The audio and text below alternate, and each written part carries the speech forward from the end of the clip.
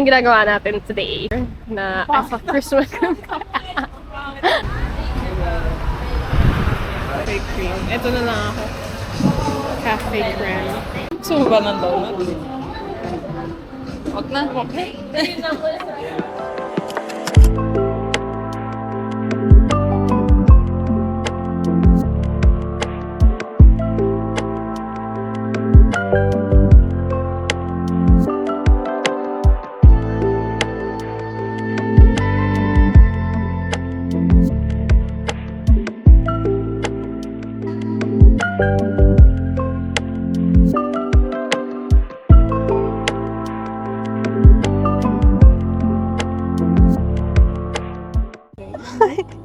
Hi, Frodo. Kamusta ka?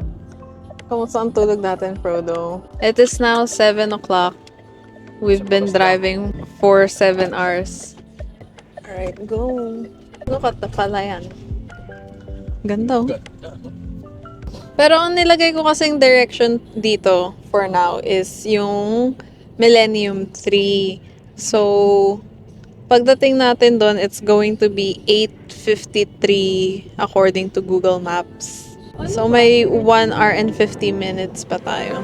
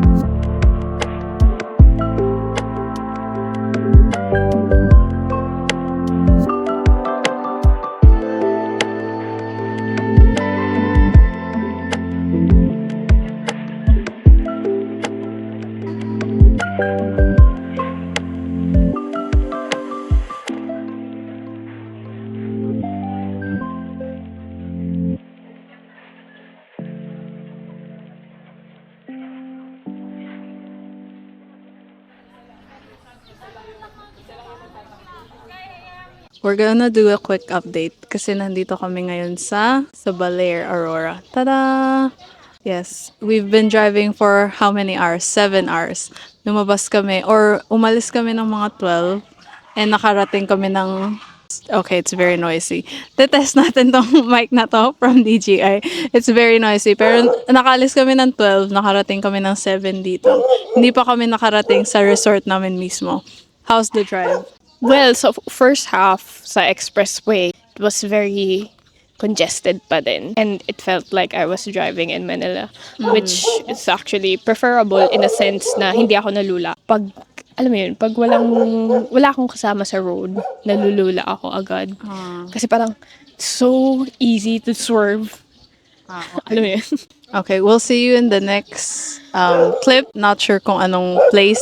Kasi hindi din namin in-expect na ganito katagal yung biyahe. I was expecting mga 7 to 8 hours lang. 9 na pala, sorry. Quick update lang ulit. Si Frodo kasi ang ingay. So, kakaalis lang namin ng yung Millennium Tree. Papunta na kami dun sa Lighthouse. Si Keisha na ang navigator and I'm back in the backseat. Next time, wag po kayo magdadala ng aso kasi madaming aso doon. Okay lang yan, Frodo. Hello, look at Frodo. Frodo, how was your experience? Too many dogs. Too many dogs. Ay, uy! Pero yun, we're going to the Lighthouse sa BALER. That's it. Fill me up with your touch, feel your breath in my lungs. Do you? Do I love the taste of your tongue, got a taste of your love, and I want you. And it goes way beyond the chemistry, the kind of friend that I can never have platonically. And they don't know about what's going on behind the scenes, but they don't need to. I swear I'll keep it between you and me. What we doing, yeah. What we doing, yeah. What we doing, ooh, it's hard to just to rewind again. After the Millennial Tree, we are going to the BALER Lighthouse. as mentioned.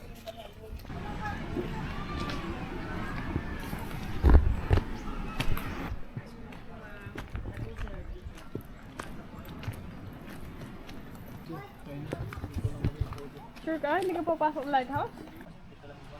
Pwede daw. Kaya ba ng shoes mo? Mga bato. Ingat ka. Oh my god! Nadulas na ako the first time. Wait! Yo!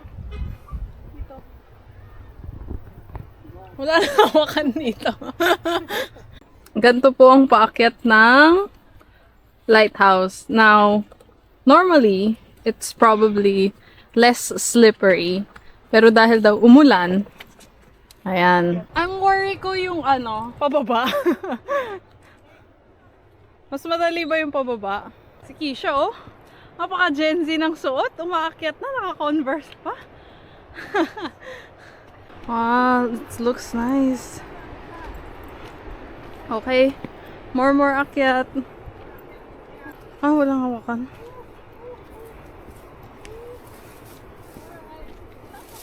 Good luck to me. Sige. The first slip, I will put you in my bag.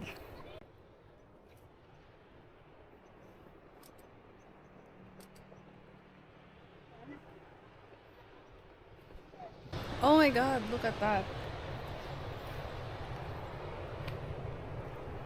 Hello. Lord, I offer my life. Bilis na. Ay, Tim. Pabaliktad. Pag ganun. Nandun lang yung pin. Ito pala yung sinasabi mo hiking. Ano pala? Hindi pa nga ito yun. Hindi hiking eh. Ito pala sinuot ko yung Morel. Say hi. Hi. Oh, dapat talaga. Wala Hindi naman ko ako naman sinabing suotin mo yung Converse mo eh.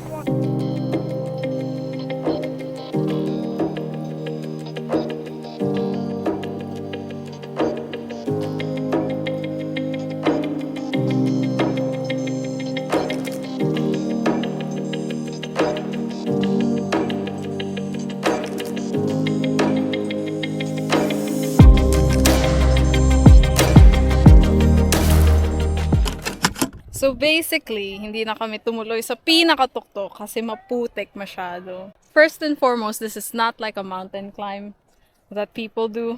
It's not a mountain, it's a lighthouse. Hindi po kasi siya mountain. Gilid lang po siya ng very tall hill. So I would recommend if umpisa pa lang medyo maputik na, wag na kayong tumuloy. Pero maganda yung view, right? Ha! Sure. I mean, like, look at this. Look at this hell that we're... Hindi na po sumunod sila Papa at si Frodo kasi ang kulit ni Frodo eh. Hindi din po natin alam kung may mga sawa dito. So, kakatapos lang natin ng hike sa lighthouse. Doon lang sa edge lang ng lighthouse. Semi-hike. And then, magpipicture na. Dito ka pa. Pudu! Pudu! Bye, Matinong weather po. Matinong time din po. Matinong outfit din po. Oh, nung una, it felt like yung typical climb. Alam mo yun? Oh. Kineso. Like, you incorporate a lot of principles in climbing there nung una. A lot of stuff. Foot, how to angle your foot, kineso. Pero kasi in a climbing gym, hindi naman siya basa.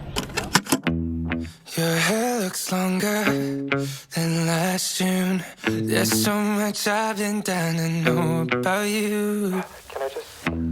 But we've been distant. Is it too soon to call pretending it's to ask you what's new? And I hope we haven't lost our way, 'cause it feels that way to me. But I know that when I see you, oh, I never wanna leave. So don't be so mad. I know that it's easier said than done, and it feels like it's hopeless. I'm begging you, please hold on. Maybe the reason tossing and turning is 'cause I'm scared one day you won't reply. So if I said or did something that hurt you, I'm sorry, you know I never meant to.